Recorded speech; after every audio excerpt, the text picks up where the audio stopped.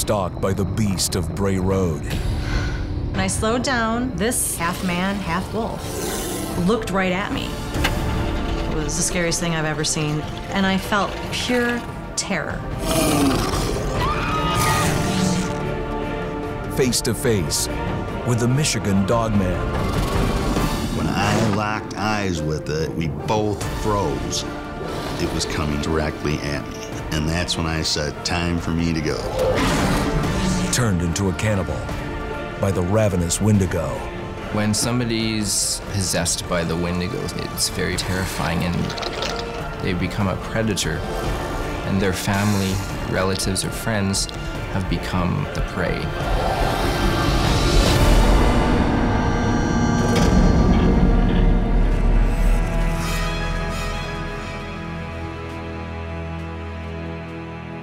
"30 miles west of Milwaukee, Wisconsin, the town of Elkhorn sits among broad lakes and rolling hills.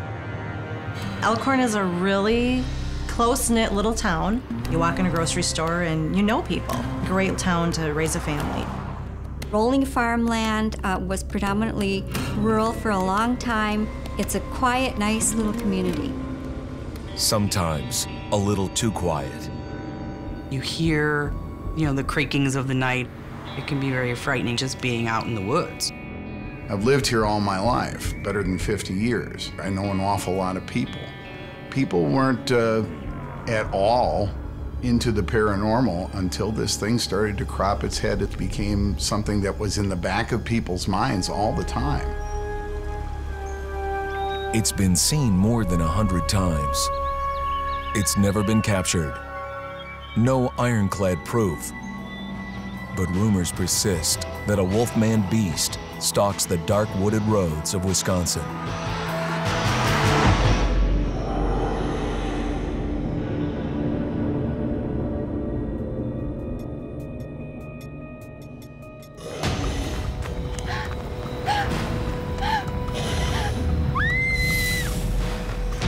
Dating back to the 1940s when people went to the woods, some of the old timers remembered hearing stories of them coming back, screaming out of the woods with their clothing all shredded by this monster with these deep, dark scratch marks on their body, indicating that they did encounter some creature out there.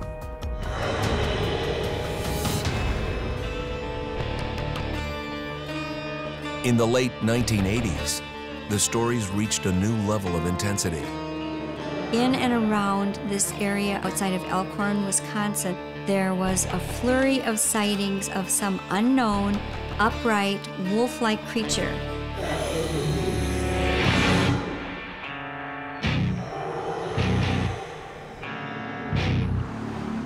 There was a great amount of fear. People armed themselves and started to lock their doors, which is not normal around here.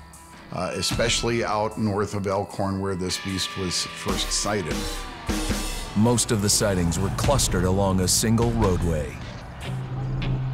Bray Road is a 2-mile stretch of country road. It's full of family farms. Some of them go back generations. Just off of Bray Road, there's a large woods, very deep woods with a number of ponds in it. And every now and then, something emerges. Something that Elkhorn native Lori Andreezy will never forget. I never thought anything like this would ever happen to me, but it did happen, and it was one of the scariest moments in my life.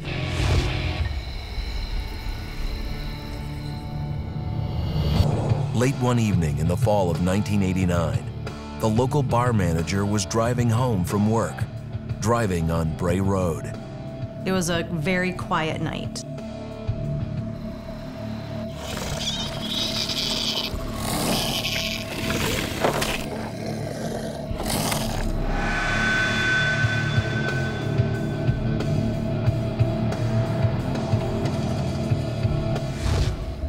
I saw something on the road.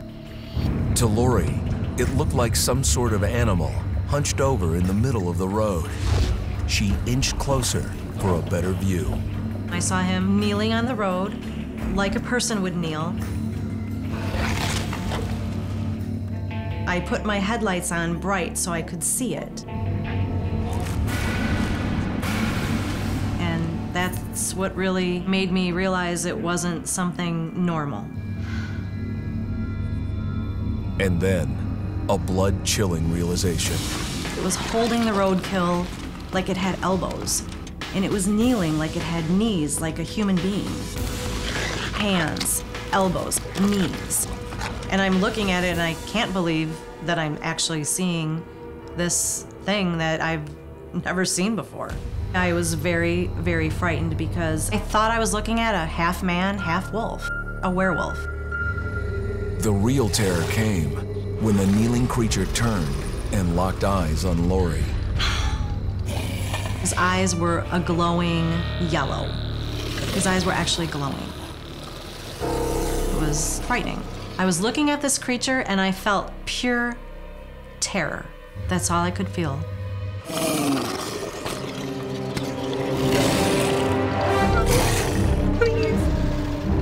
Just as the beast had fresh prey in its sights, Lori's car wouldn't move.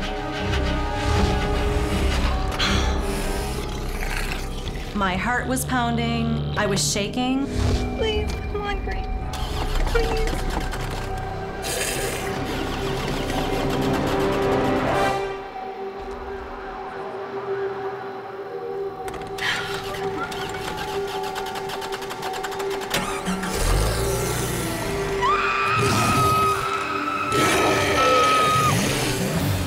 When her car roared to life, there was only one place to go. I pretty much sped to my mom's and just got out of there as fast as I could. That creature was the scariest thing I've ever seen. Mom? Mom? What's wrong? What happened? When Lori came into the house, she was just full of panic. She said, "Mom, you're not gonna believe what I saw." She said, "I saw a werewolf. It was kneeling on the side of the road. It had glowing eyes and it was eating roadkill."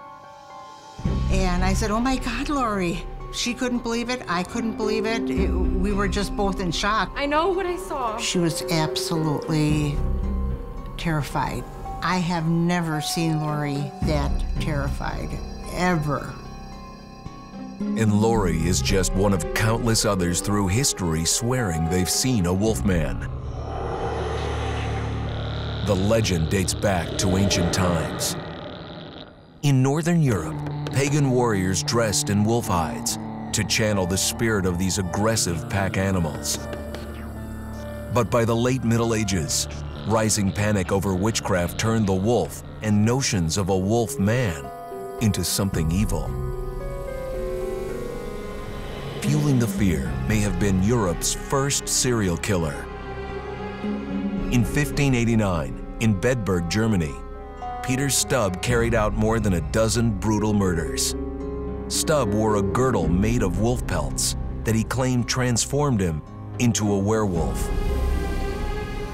Stubb was burned at the stake.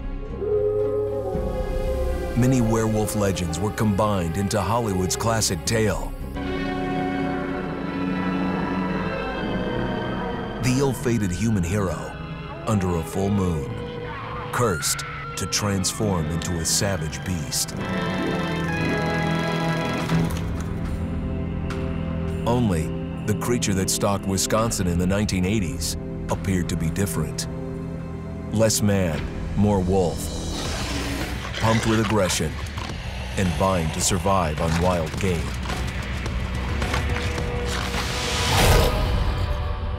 No matter who might get in the way. I was just in the wrong place at the wrong time. I don't think it picked me out. I just think it was there, and I was there. In the back of my mind, I'm thinking, what if? What if it followed her home? What if there's more than one?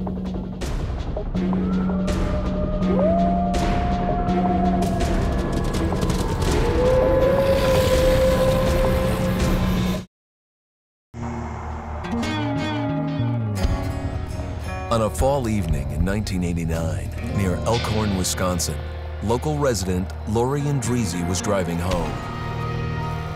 Her ride was interrupted when she saw a strange creature in the middle of the road. And as I slowed down to look at it, it turned around and looked at me.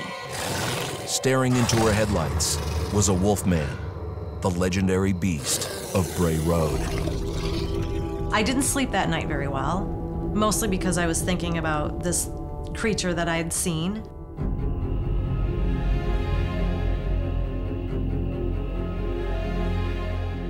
The day after her encounter, Lori felt compelled to investigate the area where she saw the beast. The feelings that I was feeling when I drove back to where I initially saw it was pretty creepy. I was very hesitant to drive down Bray Road, but there's always that fear that it could be out there. Just walking around, looking for roadkill, looking to scare somebody.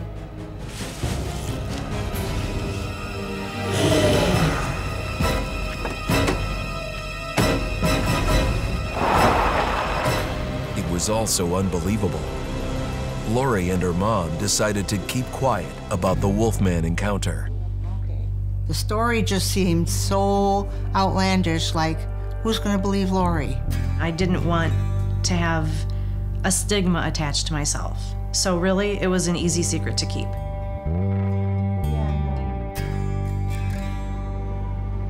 Like Lori, other folks in the area had encounters they couldn't explain. One of the scariest encounters near Bray Road happened when a group of children were sledding, and they were on their way home. It was just about twilight. And they saw what they thought was a dog lapping water from a partly thawed pond. And they went over to pet it. That's no dog. They turned around and ran, and it began to chase them. But as usual, it broke off the chase. And one of those children was a friend of my son's. And he said, "Mom, I know him, and he's not making that up. He's still really scared." When it was clear that Lori Andreezy's encounter wasn't the only one, Lori's mom encouraged her to go public about the event. I thought it was time that everyone should know what was going on. As Lori would learn, the local animal control office already had a file. They started compiling reports when they found a dozen or so animals suspiciously dead and dismembered. It was crazy. A werewolf file? I mean, I didn't think anyone ever heard of this, so somebody must have said something in the past to have a werewolf file. Linda Godfrey was a rookie reporter when the stories began to circulate. Probably just a few months into my job, and I started hearing local rumors that people around Elkhorn were seeing what they were calling a werewolf out on Bray Road, and I was extremely skeptical. I know I laughed, and when I started just kind of asking around, I found out that yes, people actually were talking about it, and at that point I had to follow up on it. One of her first interviews was with Lori Andreezy. I thought that Lori's story was very, very credible. She was a young single mom at the time. She was just coming home from work, and besides, she was obviously still terrified at the thought of it. I felt vindicated. I wasn't the only one that saw it, and other people became brave enough to share their story just like I did. People all over started saying, "We have this creature here." One person saw it killing its dog. A couple of ladies saw a 6-foot-tall upright canine with their cat in its mouth. It really started to snowball. It became something that was in the back of people's minds all the time. The story went viral, and the creature was dubbed the Beast of Bray Road. It was a big story. People were petrified. When you hear stories like that, that's when you start to think, this could be real, this could happen to me. I believe it's not the only one out there. I believe there's a lot of them. It's not just here, it's all over. In fact, after the spate of sightings around Bray Road, people throughout Wisconsin started claiming wolfman encounters. 60 miles northeast of Elkhorn, the small town of Hubertus, Wisconsin, is another community surrounded by hills and forest. The perfect landscape for a creature to hide. In 2006, local sanitation worker Steve Kruger had a run-in with a wolfman beast that made him question everything he ever thought about the supernatural. I never believed in monsters until I saw that creature at the back end of my truck. I thought, what the hell is that?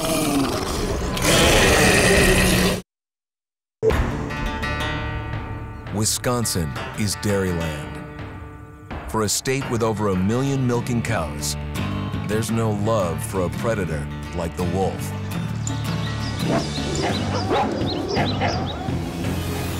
Since the 1800s, it's been open warfare. By the 1960s, the wolf was officially exterminated from Wisconsin. Some wonder if a few managed to live on and not only survive, but transform.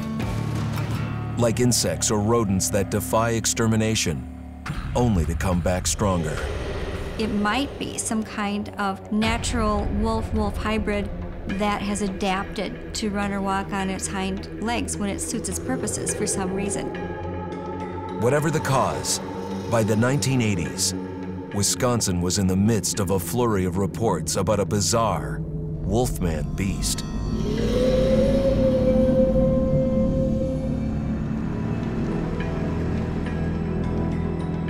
That put Steve Kruger on the front lines of the hunting zone. After college, he got a job working sanitation, clearing Wisconsin roads of deer and roadkill. I spent a lot of time in the woods and seen a lot of crazy things. This beats all of it by a long shot.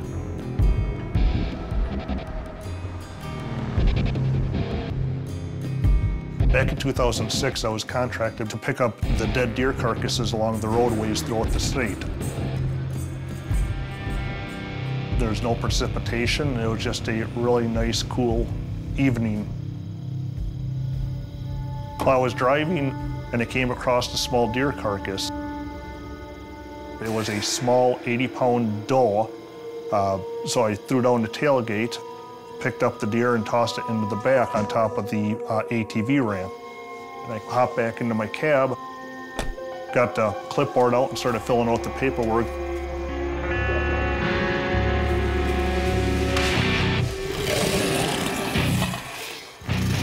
What had been a quiet night was about to receive a jolt.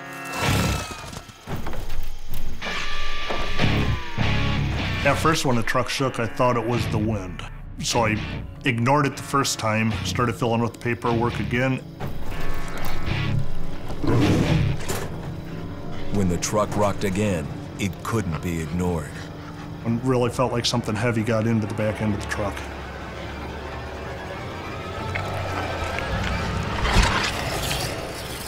And that's where I saw the creature. The whole entire creature was about 7 feet tall, looked like basically a large wolf head on top of a bear's body.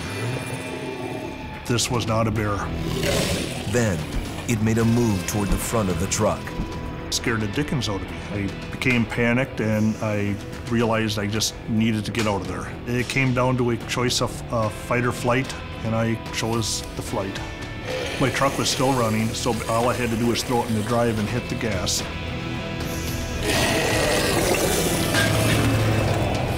As I did pull away, I heard a metal clank hit the road. He didn't wait to see what it was. He didn't dare look back.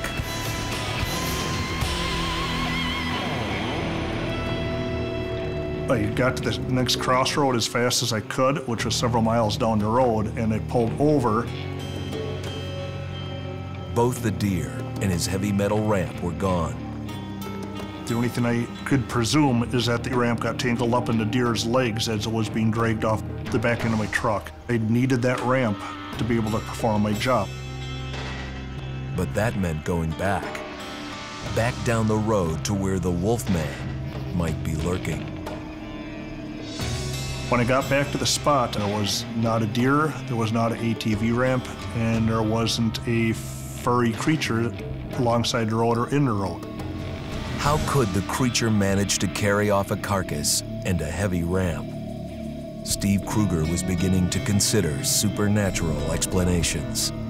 To realize that there was a creature like that out there, that aggressive and that willing to get close to people, frightened me.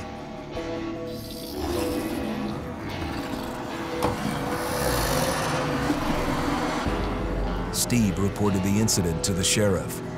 Patrols dispatched to the site found no clues about the monster, no trace of the heavy ATV ramp. It was embarrassing at first. It got worse the next day. News reports started coming out, and it became, over the next week, a complete circus. The story spread like wildfire. It went on national news, and the people closer to home who know me knew this wasn't something that I made up.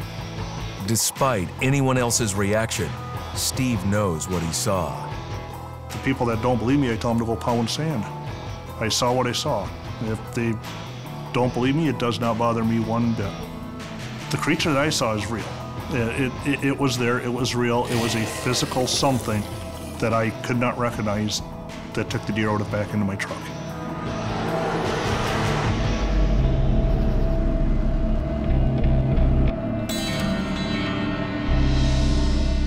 Wisconsin isn't the only upper Midwest state where wolf and monsters are seen. An hour north of Detroit, the quaint town of Holly has long attracted visitors to its Christmas-themed festivals. In recent years, it's the surrounding woods that's attracting attention. And growing up here in Michigan, I have heard mythological stories about the man-dog of Holly or the dog-man of Holly, never realizing that it would be a reality or that it truly existed. Well, Holly's, kind of an odd place. Just one of those places that has a very remote area to it. And, that's why there are creatures lurking out there.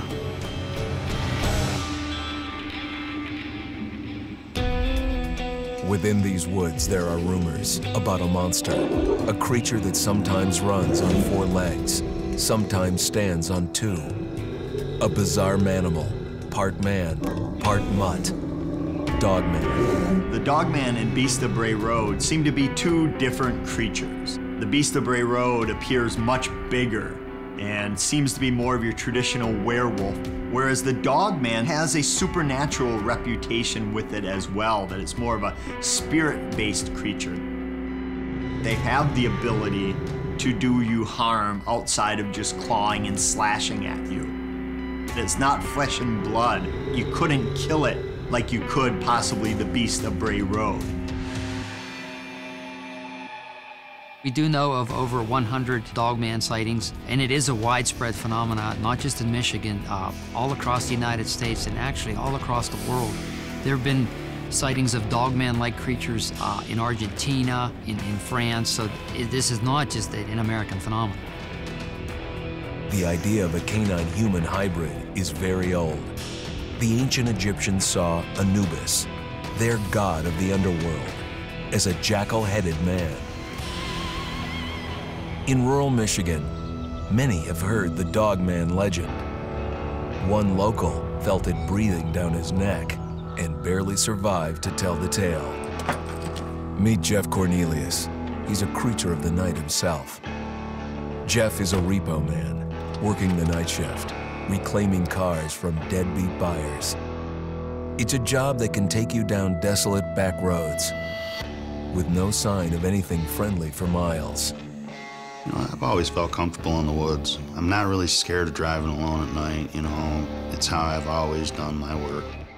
Jeff's not really a kind of a scaredy cat guy, He's kind of a big burly dude. He's gonna take you out or he's gonna die trying. The only thing Jeff worries about is a delinquent car owner with a loaded .45. It was past midnight on a cold autumn night in 2005. Jeff was on the outskirts of Holly, Michigan, looking for a Cadillac. Some slacker's time had run out. There was a bright moon out that night. You could see really well. Where I was looking for the vehicle, it's very remote. When I turned on the driveway, it was probably 200 to 300 yards. It was really creepy setting. You know, it was late at night, you know, the moon was out, you know, all the crickets and stuff. The house had bars on it, which, it was just odd to me. It kind of freaked me out.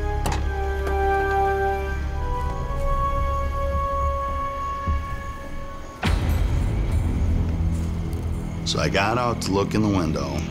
I had my flashlight and I was looking inside the building. And I heard something snapping. When the job suddenly goes south, Jeff doesn't usually panic. Not this time. When I think of that night, I think of the scariest thing I ever saw.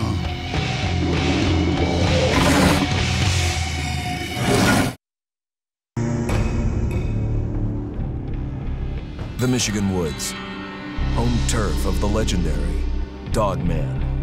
I think it originated with the fear of these forests as great unknown places. The pioneers would hear these sounds and unexplained noises and movement in the woods. And when they caught a glimpse of these creatures, they didn't look like anything they had ever seen before. Rumors about a giant man dog continue to circulate to the present day because of encounters like the one repo man Jeff Cornelius had in 2005. Late one night, Cornelius was confident he'd finally located a Cadillac on his pickup list at a house outside Holly, Michigan.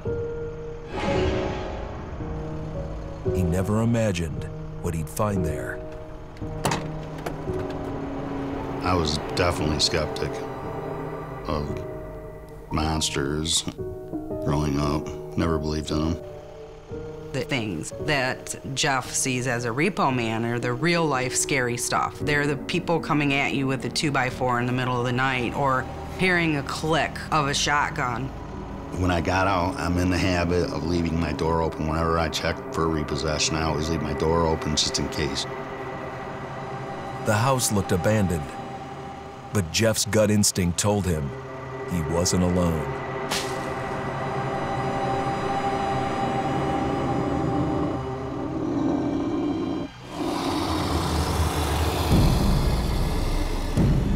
When I locked eyes with it, we both froze. It had ears on its head, and it was standing on two legs. The legs were bent. It was pretty formidable looking. And that's when it growled at me. It sounded like nothing I ever heard before. Deep, you know.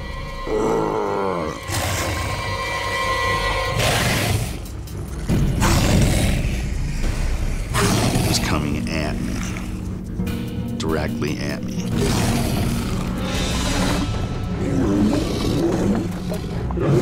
I jumped in my truck, closed the door, because I was scared. My heart was pounding for sure, you know. I just wanted to get out of there before the thing, you know, busted through my window or something. Jeff gunned his tow truck down the dark road, feeling he'd narrowly escaped. If I wouldn't have seen it, it would have definitely attacked me, 100%. When Jeff came and told me that night, I believed what had happened because I could see that he was genuinely afraid, that something spooked him, something scared him. Since radio stations in Michigan first broadcast news of the Dogman in the late 1980s, more than 500 encounters have been reported. After his experience, Jeff Cornelius dropped the Cadillac account. He never wanted to return to that house again. When I'm in the woods repoing vehicles, I try to definitely be a little more, you know, aware of my surroundings so as to not let anything sneak up on me again. I know what I saw that night, and what I saw was the man dog.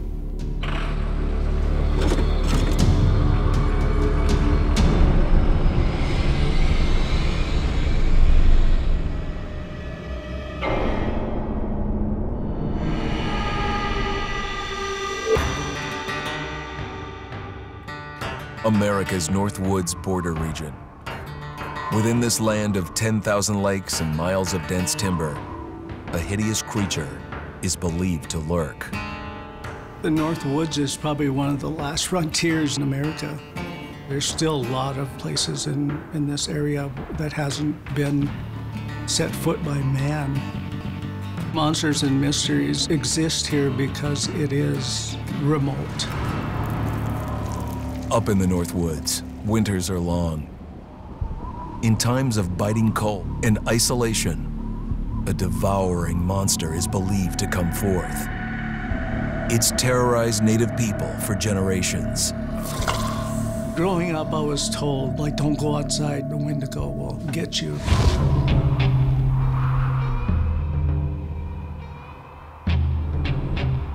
Among the traditions of the northern Algonquin tribes is the Wendigo, a monster that can seize hold of a person to carry out its hunger for human flesh.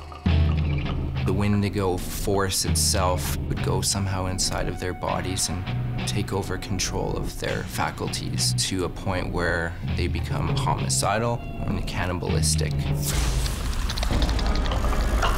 According to the legends, someone infected by the Wendigo is capable of almost anything.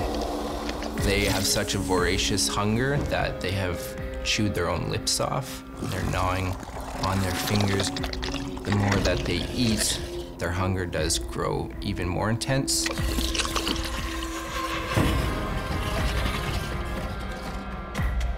One of the most horrific cases of Wendigo possession unfolded in the 1870s, when a Cree Indian named Swift Runner turned up in town, claiming his wife and children were missing.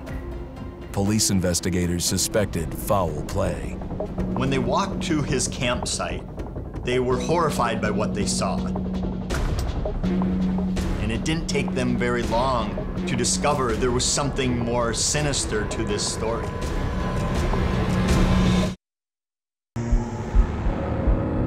For centuries, the legend of the cannibalistic Wendigo has haunted parts of America's northern border. No one is safe in its path. The Wendigo is the predator of humanity. It stalks human beings relentlessly, but it also has the capacity to prey upon someone within their mind. Once the Wendigo takes hold, you are a starving, savage beast with an insatiable hunger. The legend of the Wendigo originated in North America with the Native Americans. Reports of it go back to the very early historical records, probably in the 1500s. Many Native Americans fear even talking about this Wendigo, and even the mention of the name will let the Wendigo find out where you are, and it will open you up to be possessed by this Wendigo. The most famous case of a Wendigo possession took place in 1879. In the deep woods outside of Edmonton, Alberta. Swift Runner, a Cree Indian, was a trapper and a guide. He had left town the previous autumn with his wife, 6 children, and his mother. But when Swift Runner returned in spring, he was alone. Swift Runner came into a nearby village telling this heartbreaking tale. I had to watch them starve to death. Of his family being killed by starvation, and that he was the only survivor. My whole family gone. It wasn't hard to understand a family falling victim to a brutal winter. Yet something was suspicious about Swift Runner. He was a strapping man, and he came into town weighing over 200 pounds. It didn't look like somebody who had just weathered a terrible winter. He wasn't malnourished, didn't look like he was starving. He looked healthier than ever. After a few nights, it became clear that something was wrong. He started having night terrors, screaming in his sleep. I am the Wendigo! Villagers alerted the police. Swift Runner actually guided them back to his winter cabin. When they got there, that's when they saw the true horror.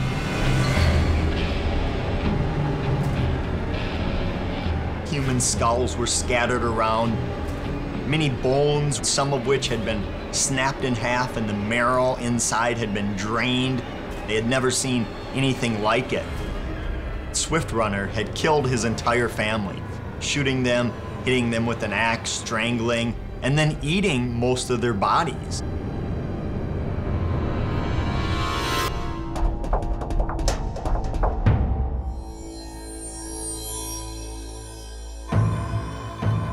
Right up until the moment the noose was on his neck, Swift Runner swore the evil spirit of the Wendigo had possessed him and twisted him into a cannibal killer. When he was on the gallows, Swift Runner himself said, "I am no longer a man."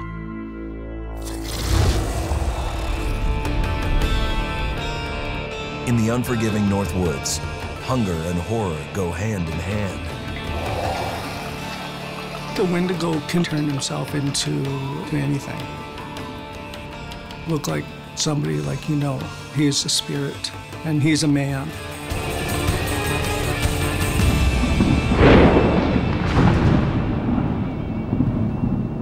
In 2008, some believe a Wendigo came to life on an ordinary bus, with horrific results.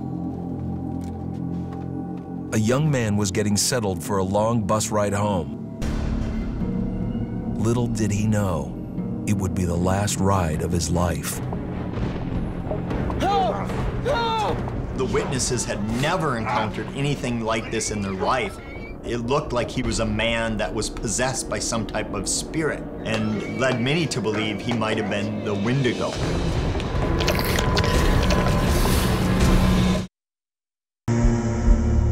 The Wendigo appears in the legends of many North American tribes as a giant frozen monster. So gaunt, it's almost skeletal. So hungry, it's bitten off chunks of its own flesh.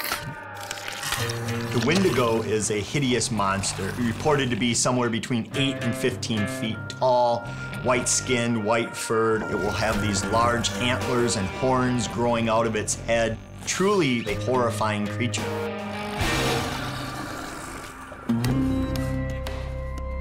Even today, there's a belief that a Wendigo can show up anytime, anywhere.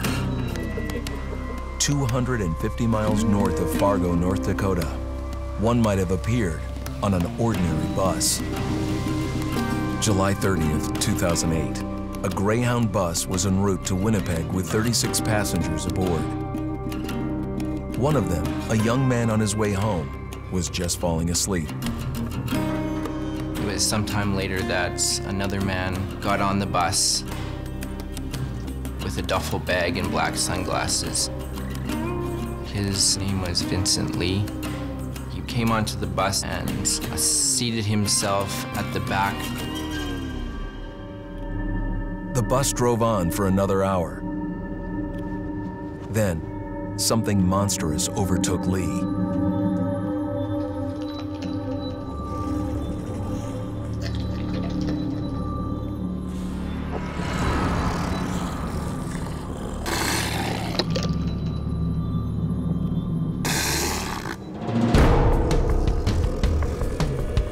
Ravenous force was gaining strength, and it's unleashed on the sleeping young man seated next to Lee. This man, of course, wakes up and starts scrambling, trying to fight off Mr. Lee, and the entire time he's screaming. And this blood-curdling scream alerts the rest of the passengers of what's going on, and they look over and are horrified to see this man being killed right in front of their eyes. The bus immediately pulled to a stop. Passengers fled outside. And then, the inconceivable happened. He severs his head right off of his body, and he's very, very calmly walking up and down the aisle of the bus, brandishing this head. And he holds it out like a trophy, showing the other passengers. And it wasn't the brutal attack that carried whispers of Wendigo. It was what came next. Eyewitnesses said that he was actually taking pieces and eating them. It bore the signs of Wendigo, a monster in its most brutal form. The fact that he was eating them led many to believe he might have been the Wendigo, that he was possessed by some type of spirit. He wasn't angry, he wasn't provoked. It was as cool, as calm as he was just taking a walk on the beach. It seemed to be totally unexplainable, but yet at the same time, it was occurring right in front of their eyes. The police managed to make the capture and arrest. Was Vincent Lee merely insane? Given the history of cannibalistic killings in the North Woods, some suggest this was an evil force at work. Ancient cases like Swift Runner and the heartbreaking fate of his family. Or modern ones, like a cannibalistic killing on a Greyhound bus, defy normal logic. Is a monster like the Wendigo the explanation? They've become a predator of humanity and the human beings that they see around them. Usually their family, relatives, or friends have become the prey. I believe the Wendigo still exists because he is a spirit. It's always going to be around. For generations, legends of monsters have circulated around the upper Midwest. Many dismiss them as just stories. Those childhood stories that my grandmother told me, I haven't grown any less afraid of them. For those who've encountered these monsters firsthand, the stories are as real as life and death. When I look into the woods now, there's always that fear that it could be out there. Whether you believe that the Beast of Bray Road, the Michigan Dogman, and other unknown upright canines are real creatures or not, they're still fascinating because people are seeing them, they're having interactions, we don't know what it is, it's a mystery.